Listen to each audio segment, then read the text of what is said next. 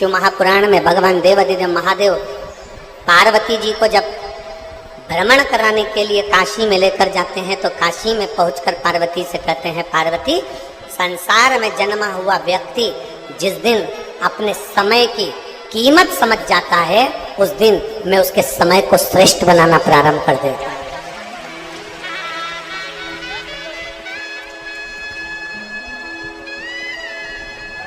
आप समय की कीमत को समझो। जिस दिन आपने समय की कीमत को समझना प्रारंभ कर दिया उस दिन भगवान ने आपका समय श्रेष्ठ करना प्रारंभ कर दिया।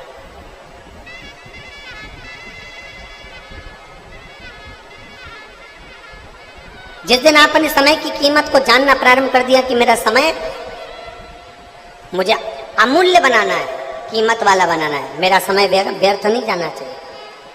अब यहाँ पर देखो, अब यहाँ पर जितने लोग आए ना,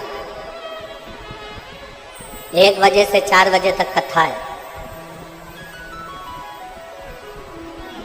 जो जानते हैं कि कथा की कीमत क्या है, जो जानते हैं कि शिव महापुराण सुनने के बाद मेरा बाबा मुझे खाली नहीं भेजेगा, वो अपनी कथा में चित्त लगाकर, मन लगाकर, मौन होकर आराम से कथा को सुनते हैं, अपना ध्यान पूरा कथा में लगाकर बैठते हैं। और जिनको कथा की कीमत ही नहीं मालूम ना, जिसको इस डायमंड की, इस हीरे की, इस कोहिनूर हीरे की कीमत नहीं मालूम ना, वो व्यर्थ में उसको बटोर कर ले जाना भी नहीं चाहता, वो ध्यान देना भी नहीं चाहता। कीमत जानिए। इस चिलचिलाती हुई गर्मी में 46 डिग्री टेम्परेचर है आज। अब 46 डिग्री टेम्परेचर के अंदर आप सब 2-2, 3-3 घंटे पहले आकर बैठे हो। 1 बजे से 4 बजे तक कथा तुम्हें सुनना है तो तुम्हारा ध्यान, तुम्हारा केंद्र, तुम्हारी बुद्धि, तुम्हारा चित्त, तुम्हारा हृदय शंकर के चरणों में होना चाहिए। शिव चरणारविंद। अपने समय की जिसने कीमत जान ली, जो अपने समय को पहचान गया, जिसने अपने समय की कीमत को जान लिया, शंकर भगवान माता पार्वती जी से काशी में कहते हैं कि जो अपने समय की कीमत जान जाता है उसके समय को बदलने में देरी नहीं लगती, मैं स्वयं आगे रहकर उसका समय बदल दूं। समय की कीमत को जानो।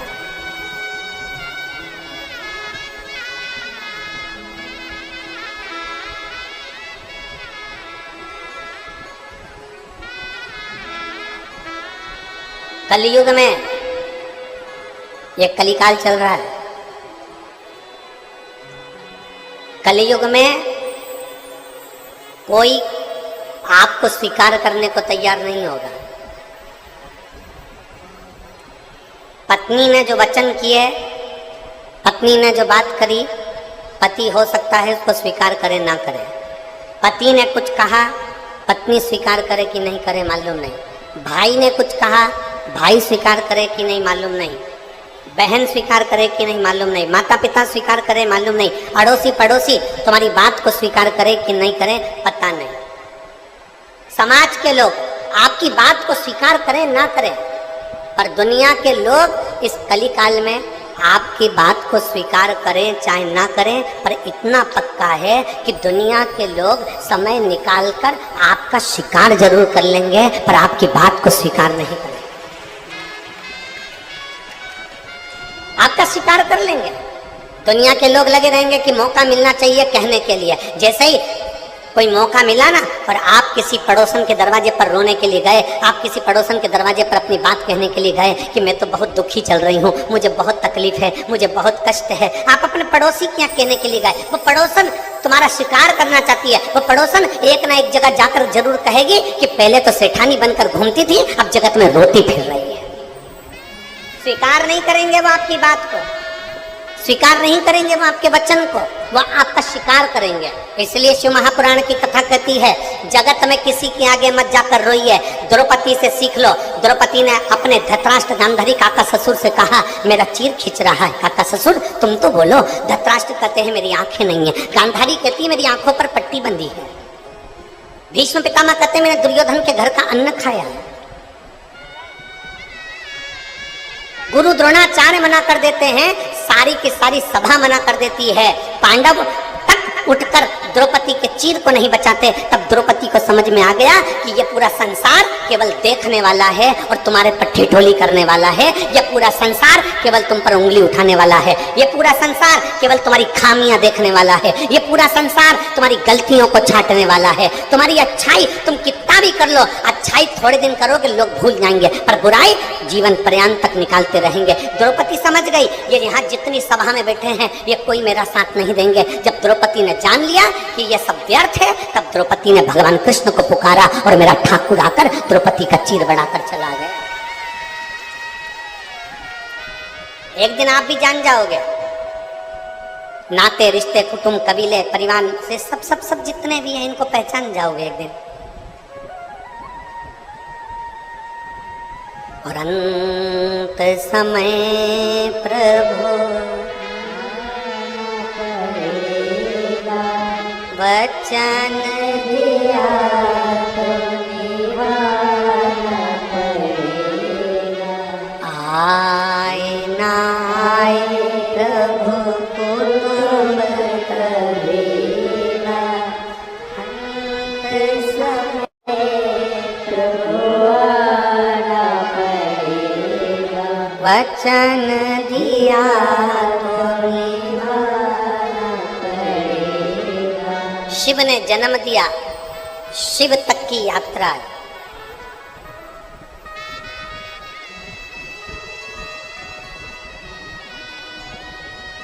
शिव ने जन्म दिया और शिव तक की यात्रा है।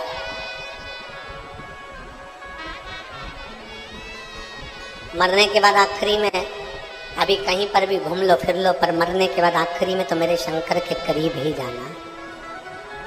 अंत समय में तो मेरे देवाधिदेव महादेव के नजदीक में ही जाना। अंत समय में तो मेरे शंकर के करीब ही पहुंचना। अंत समय में तो जाना शमशान ही है, पहुंचना उसके पास। एक बहुत सुंदर कथा आती है।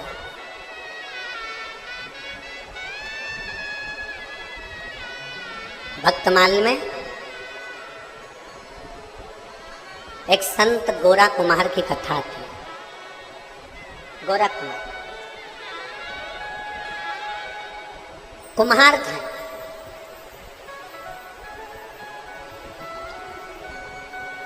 मिट्टी के बर्तन बनाते थे और मिट्टी के बर्तन बनाकर उसको बेचकर अपना यापन किया करते थे।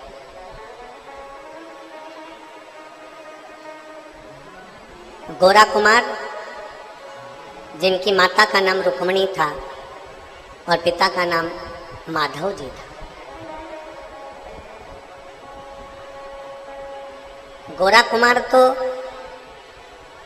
पंडरीनाथ, हरिविठल, भगवान विष्णु के भक्त थे, पर इनके जो माता पिता थे रुक्मणी और माधव। गोरा कुमार के जो माता पिता हैं श्री रुक्मणी जी और माधव जी, ये दोनों भगवान शंकर कालेश्वर महादेव का पूजन करते थे। हमने पहले भी कथा में कहा, आज फिर कहते हैं, एक आराधना दिल से आप अगर प्रार्थना कर रहे हो, दिल से आप अगर देवाधिदेव महादेव को जल चढ़ा रहे हो, दिल से आप भगवान शंकर को रिझा रहे हो, तो ये मान कर चलना कि तुम्हारी वो प्रार्थना कभी निष्फल नहीं होगी और तुम्हारा चढ़ाया गया जल कभी खाली नहीं जाएगा, उसका फल मिलेगा। बोल बम का नारा है, सारी समस्या का हल। वो निष्फल नहीं जाता, वो फलित होता है।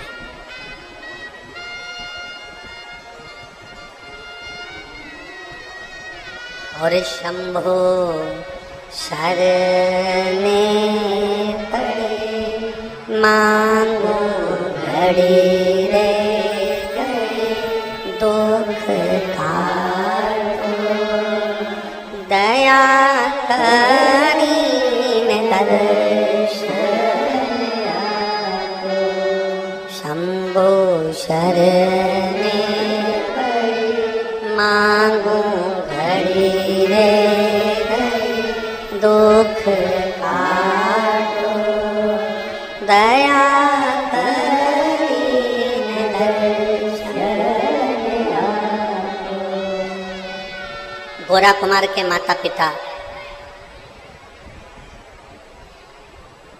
रुक्मणी जी और माधव जी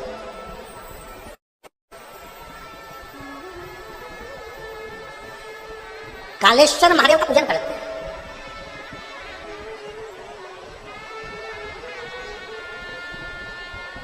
अब देखिएगा जरा, दोनों पति पत्नी के अलग अलग नियम है। गोरा कुमार के जो माता पिता हैं उन दोनों के शंकर जी को रिझाने के अलग अलग नियम। मेरी जीजियों, आप शिव जी के मंदिर में कैसी पूजन करती हो ना, करो। और आपकी पड़ोसन से निवेदन है कि आपकी पड़ोसन को देखकर पूजन मत करो। आपकी पड़ोसन को देखकर पूजन मत करो कि उसने कंकु चढ़ाया है तो मैं भी चढ़ाऊंगी, उसने चंदन चढ़ाया है तो मैं भी चढ़ाऊंगी, उसने चावल चढ़ाया है तो मैं भी चढ़ाऊंगी, उसने कमलगट्टे चढ़ाए हैं तो मैं भी चढ़ाऊंगी। अब तुम्हारे पास में अगर वो चीज नहीं है तो तुम जाकर अपने पति से कहोगी, पति चिड़चिड़ाएगा, मैं कहाँ से लाके दूं बाजार में, मैं नहीं जा रहा, धूप पड़ रही है, गर्मी पड़ रही, मेरे को नहीं लाना। और वो चिड़चिड़ करेगा। और मान लो चिड़चिड़ कर कर अगर वो कमलगट्टा ले भी आया, चिड़चिड़ करके वो काली मिर्च ले भी आया, चिड़चिड़ करके गुस्सा कर कर अगर उसने थोड़ा वो सामान तुम्हें लाकर भी दे दिया और वो सामान तुम शंकर जी को चढ़ाओगी तो भगवान शंकर स्वीकार करेंगे क्या? जम के बोलो जरा, नहीं करेंगे। प्रेम से लेकर आता ना तो भगवान स्वीकार कर ले, स्नेह बस लाता ना तो भगवान स्वीकार कर ले, पर प्रेम से लाया ही नहीं ना। अब यहां माताएं बैठी हैं,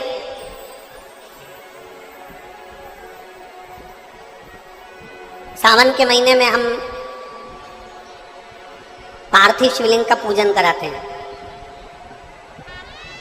अब कई माताएं ऐसी हैं कि वो सामान में अपने पति से जाकर कहती है, सुनो सभी पत्र ला के दो, सुनो लौंग ला कर दो, सुनो ये ला कर दो, सुनो वो ला कर दो। पति गुस्सा कर जाए, पति चिड़चिड़ा हो जाए, बेटे गुस्सा कर जाए, बेटे चिड़चिड़े हो जाए। तो शिव महापुराण की कथा कहती है फिर एक काम करो, अगर कमलगट्टा नहीं है तो चावल का दाना समर्पित कर दो, काली मिर्च नहीं है चावल का दाना समर्पित कर दो, अगर लौंग नहीं है चावल का दाना समर्पित कर दो। पर कोई चिड़चिड़ होकर कोई सामान ला कर दे और वो शंकर जी को चढ़ाओ, वो मेरा शिव स्वीकार नहीं करता। प्रेम वश आया हो तो शंकर को, प्रेम वश। एक पत्र है, देखिए, पत्र नहीं प्रश्न है।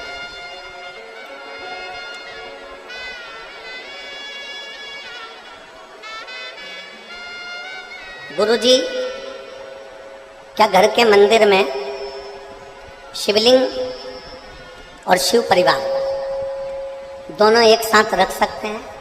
शंकर भगवान की मूर्ति नहीं, शंकर भगवान का शिवलिंग होना चाहिए। क्या होना चाहिए? शिवलिंग।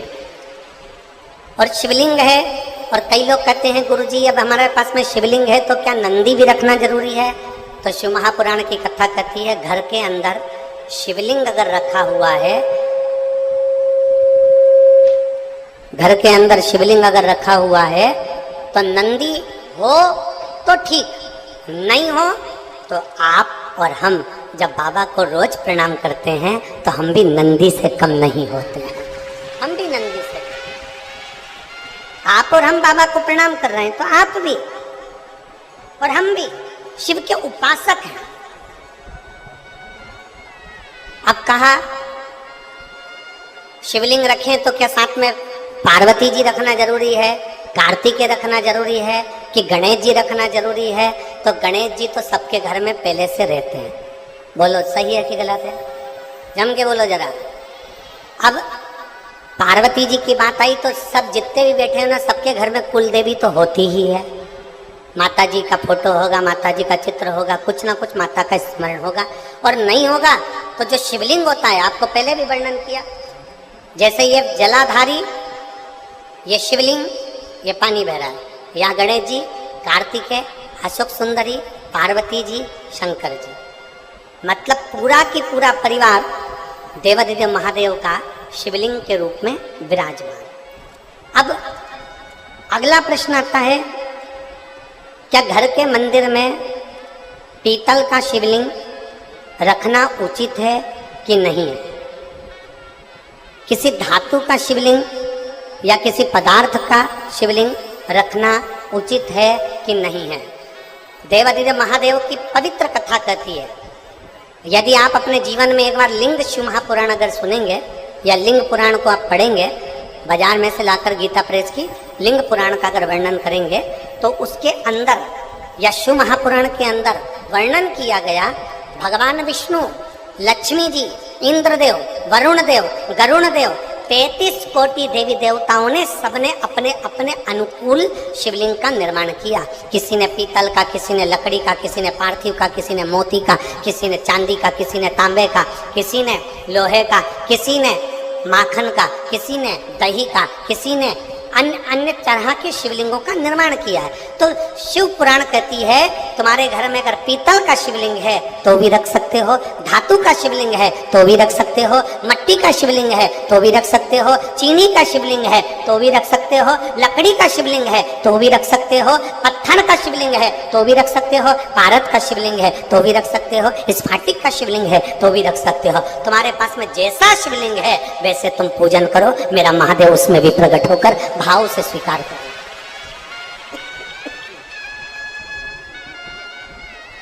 उसमें कोई भेद नहीं कि हमको ये शिवलिंग रखना है कि वो शिवलिंग रखना है, कि ये शिवलिंग स्वीकार करना है कि वो शिवलिंग स्वीकार करना है, उसमें कोई भेद नहीं, उसमें कोई भेद नहीं। जो शिवलिंग आपके पास में आप उसका पूजन करें, जो शिवलिंग आपके करीब में आप उसकी आराधना करें, जो शिवलिंग आपके नज़दीक में है आप उसकी आराधना करें, आप उसका पूजन करें। और तेरी पूजन को भगवान बना मन मंदिर,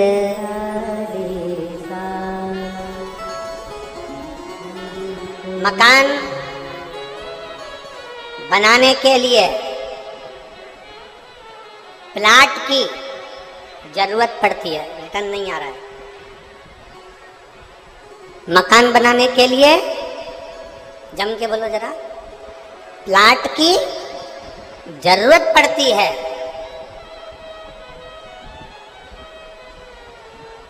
और भगवान को अपने घर में बुलाने के लिए केवल निर्मल मन की जरूरत पड़ती है, अच्छे दिल की जरूरत है। मिल मेरा ओघड़दानी प्राप्त हो जाए। निर्मल मन सो मोहि पावा, मोहि छल छिद्र कपट ना भावा। निर्मल मन चाहिए।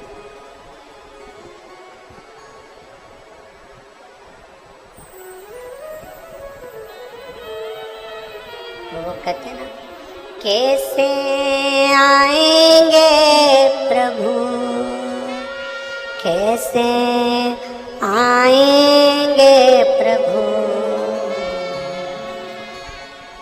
अब तक गंदा पड़ा है द्वारा, कैसे आए। मन का मेल नहीं है धोया, कैसे आएंगे भगवान। कैसे मिले? ए मेरी जीजियों, घर की तो झाड़ू लगा रही हो, दरवाजा भी साफ कर रही हो, घर की झाड़ू भी लगा रही हो, घर की झाड़ू भी लगा रही हो, दरवाजा भी साफ कर रही हो, सब कुछ कर रही हो, घर में पोछा भी लगा रही हो, झाड़ू भी लगा रही हो, पोछा भी लगा रही हो, घर भी साफ कर रही हो, पर ईमानदारी से बोलना, मन के अंदर किसी के प्रति बैर भाव रख रही हो, मेरी जेठानी ने ये कर दिया, देवरानी ने ये कर दिया, देवर ने ऐसा कर दिया, सास ने वैसा कर दिया, रिश्तेदारों ने ऐसा कर दिया। अब तुमने झाड़ू तो खूब लगाई, पोछा भी लगाया, तुमने सफाई भी बहुत करी और मन साफ ही नहीं कर पाई, तो ईमानदारी से बोलो भोलेनाथ जी आएंगे? अरे बोलो तो जम के नहीं आए। हृदय तो साफ करो। कैसे रिझाना चाहो वैसे रिझा भगवान। एक पत्र है, देखिए।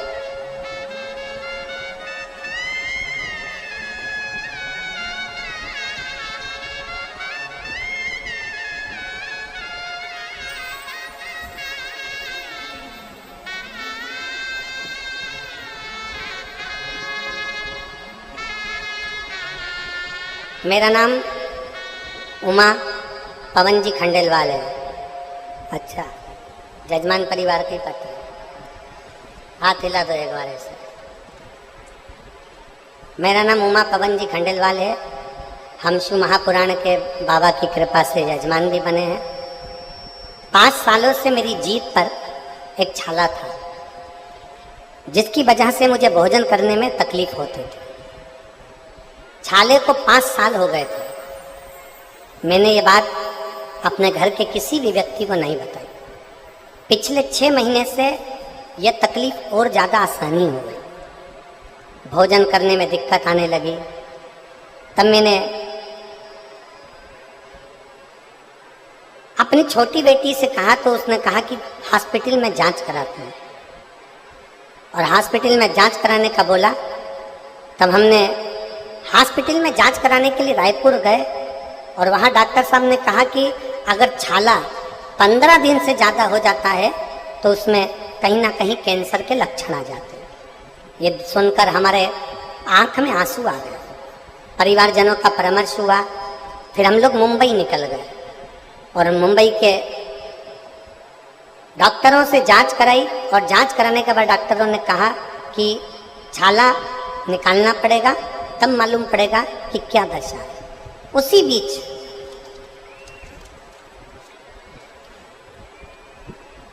हम विश्वास रखकर सीधे सीहोर चले गए, और सीहोर से रुद्राक्ष लेकर आ गए।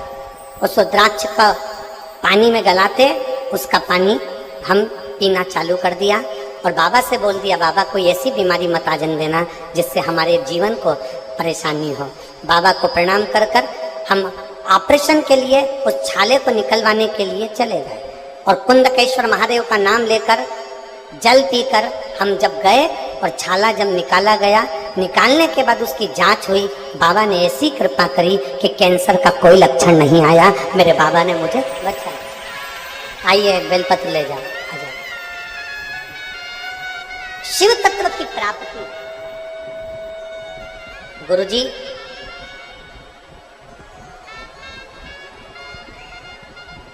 आप कहते हो कि बाबा 3 महीने में पूरी करते हैं, पर मेरा देवाधिदेव महादेव इतना सरल है। आपकी वाणी से जो शब्द निकलते हैं वो बाबा की कृपा से शंकर उसको स्वीकार करता है, और बोलता और सुनता भी है। ये शिव तत्व है। हमारी कामना पूर्ण होती ही है।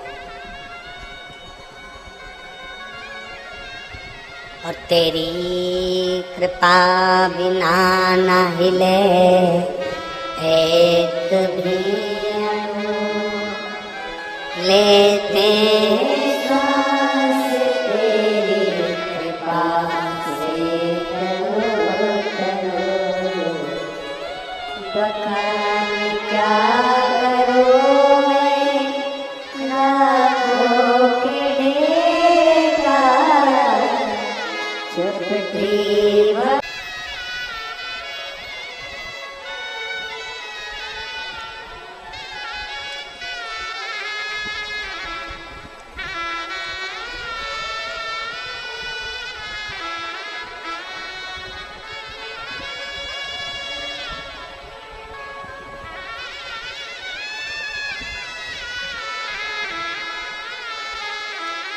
श्रीमती सरला ठाकुर,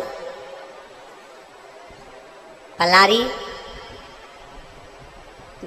बालोदा बाजार, रायपुर, छत्तीसगढ़। बलोदा बाजार, रायपुर, छत्तीसगढ़। कहीं बैठी हो तो हाथ हिला सकती हैं। श्रीमती सरला ठाकुर, पलारी, बलौदा बाजार, रायपुर, छत्तीसगढ़। मेरे बाबा का मैं क्या गुणगान करूं। पत्र को आप लोग एलईडी पर या आस्था चैनल पर भी साथ में पढ़ सकते हैं। मेरे बाबा का मैं क्या बखान करूं। सन 2019 में मुझे स्लीप एपनिया का रोग हो गया था। मेरा ऑक्सीजन का स्तर अचानक गिरकर 40 और 50 पर आ जाता था। सांस लेने में दिक्कत होती थी। मैं लगभग 15 दिनों के लिए आईसीयू में पड़ी रहती थी। एडमिट होना पड़ता था। डॉक्टरों ने बाईपेप मशीन लेने को बोल दिया। इसे घर पर ही हम 24 घंटे ऑक्सीजन की मशीन को 24 घंटे लगाकर रखते। जब 24 घंटे मशीन को लगाकर रखते तो अंदर से चिड़ी भी उत्पन्न होती कि बताओ ये मशीन पे जिंदगी चल रही और ऑक्सीजन 24 घंटे लगा रहता। 3 महीने तक हमने मशीन को लगाकर रखा। डॉक्टर बोले कि इस मशीन को तुम्हें जीवन भर लगाना पड़ेगा और जिंदगी भर इस मशीन के बिना काम नहीं चलेगा। हम उस मशीन को लगाकर रहने लगे। तब एक बार आस्था चैनल पर टीवी के सामने बैठे कथा सुन रहे थे।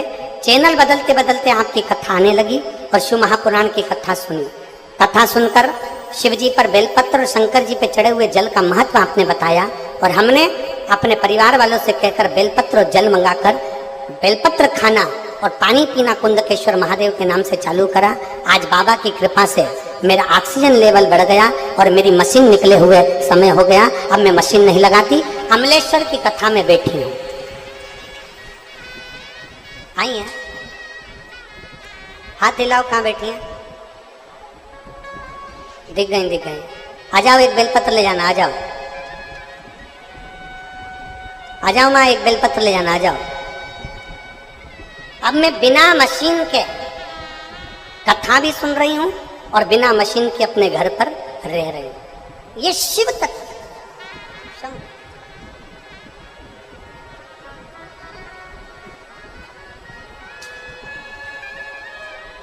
एक भरोसा केंद्रित करिए, एक विश्वास को बढ़ा लीजिए।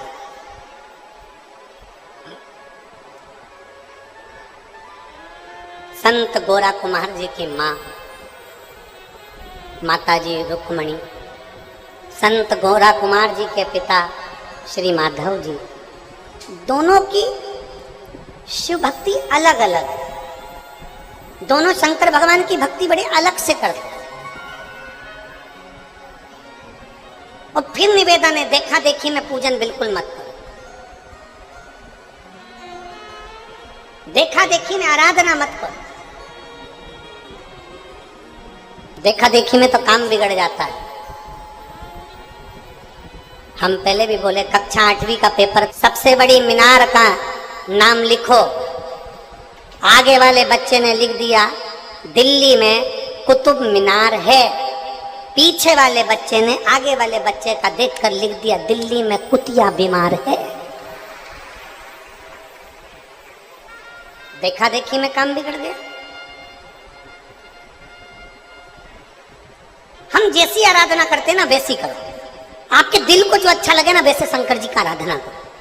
आपको अच्छा लगना चाहिए, आपके मन को अच्छा लगना चाहिए, वैसे आप शिव की पूजन करो। जैसा तुम्हारा मन करे,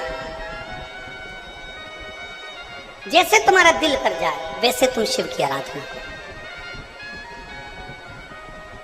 अब आज के ज़माने में क्या हो गया कि रोज की रोज तुम अपनी पूजन के तरीके को रोज बदल देते हो। कोई महाराज आएगा, वो कह देगा कि शंकर जी पे चढ़ा हुआ पानी नहीं पीना चाहिए, तो तुम लोग वो विचार कर लोगे कि ऐसा वो इतना बड़ा पंडित जी बोल के गया था कि पानी नहीं पीना चाहिए, तो लोगों ने पानी पीना बंद कर दिया। फिर कोई कहीं का आ जाए और तुमसे कह जाए कि तुम तो रोटी भी मत खाओ, तो तुम खाना बंद कर दोगे क्या? अरे बोलो तो जम के, कर दोगे बंद? जो तुमको अकल देने आए कि शंकर पर चढ़ा हुआ जल मत पियो, शंकर पर चढ़ी हुई बेलपत्र मत खाओ, शंकर के मंदिर मत जाओ, शिवालय में मत जाओ, झाड़ू मत लगाओ, पोछा मत लगाओ, नहीं। शिव महापुराण की कथा कहती है, एक बार गीता प्रेस गोरखपुर की शिव महापुराण को अपने घर में लाओ और पढ़ो और फिर देखो कि सियोर वाला महाराज झूठ तो नहीं बोलता। एक बार उसका स्मरण करो, उसको पढ़ो। उसको पढ़ने का प्रयास करो। सत्य को दुनिया के लोग दबाना चाहते हैं, बहुत दबाने का प्रयास करेंगे, अपशब्द कहेंगे, गालियां देंगे, आड़ा टेढ़ा कहेंगे, जो उनसे बन सकता है वो करेंगे सारा, और सत्य को दबाने का प्रयास करेंगे। और सत्य सत्य रहता है, वो मरते दम तक भी सत्य की सत्य ही रहता है, उसको कोई नकार नहीं सकता, सत्य को कोई नकार नहीं सकता, सत्य सत्य ही रहेगा।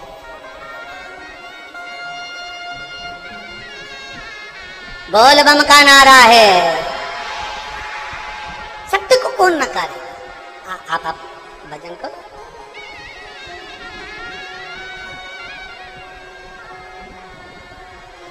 गोरा कुमार जी की माता रुक्मणी जी का पूजन करने का तरीका अलग है, अलग। सामने जब बैठता है ना, दोनों की जब आपस में बात होती है तो वो कहता था तेरे लिए चांद तोड़ के लिया।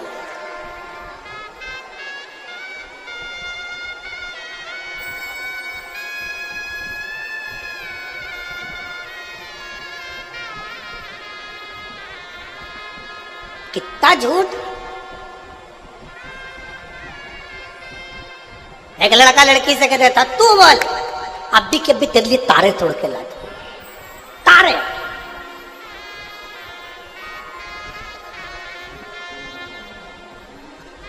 देख, लड़का कहता है लड़की को रिझाने के लिए, तेरा नाम मैंने अपने हाथ पे लिखवाया, देख तेरा नाम।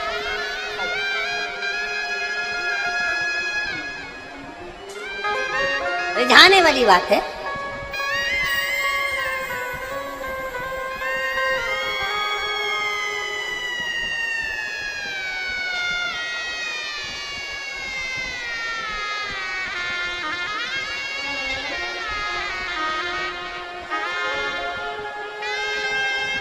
देखो, 24 घंटे मुख पर ऑक्सीजन लगी रहती थी, और बाबा के जल का तो प्रभाव है, आज कथा में भी बैठी हैं और घर में भी खाई।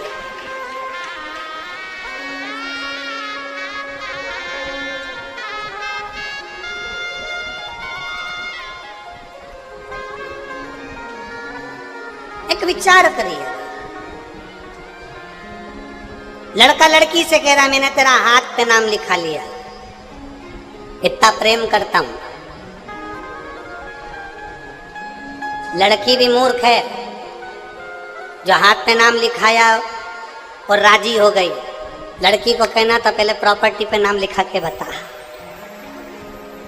एक बंगला, एक गाड़ी, 1 एकड़ जमीन, 1 बीघा जमीन, फिर मानू कि तुम उससे प्रेम करता। भटकता फिरेगा, मोटरसाइकिल में डलवाने के लिए 100 रुपए भी नहीं है, प्रॉपर्टी क्या खाक लिखेगा। विचार करिए जरा, हम तारे ला सकते हैं, हमारे पास कुछ भी नहीं है भोलेनाथ, ना मेरे पास में गाड़ी है, ना बंगला, ना जमीन, ना जायदाद। भोलेनाथ, केवल आपने जो जन्म दिया है पृथ्वी पर, ये शरीर, ये वाणी, ये नयन, ये श्रवण, ये चरण, ये हस्त, ये जिह्वा आपको समर्पित है। और बाबा, मेरे पास देने के लिए कुछ भी नहीं है, पर इतना विश्वास जरूर है कि मेरा बाबा मेरे दिल में रहता है, तो ये दिल हल्का फुल्का नहीं, करोड़ों